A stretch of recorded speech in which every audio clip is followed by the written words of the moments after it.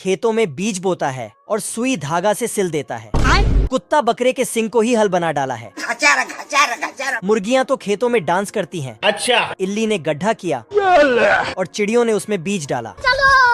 मधुमक्खियाँ भी बीज डालते हैं और खरगोश मिट्टी ढकता है। ठीक है। यहाँ इंसान है ही नहीं। पेलिकन तालाब से पानी उठाता है और साला चिड़ियों के साथ मिलकर बारिश करवाता है।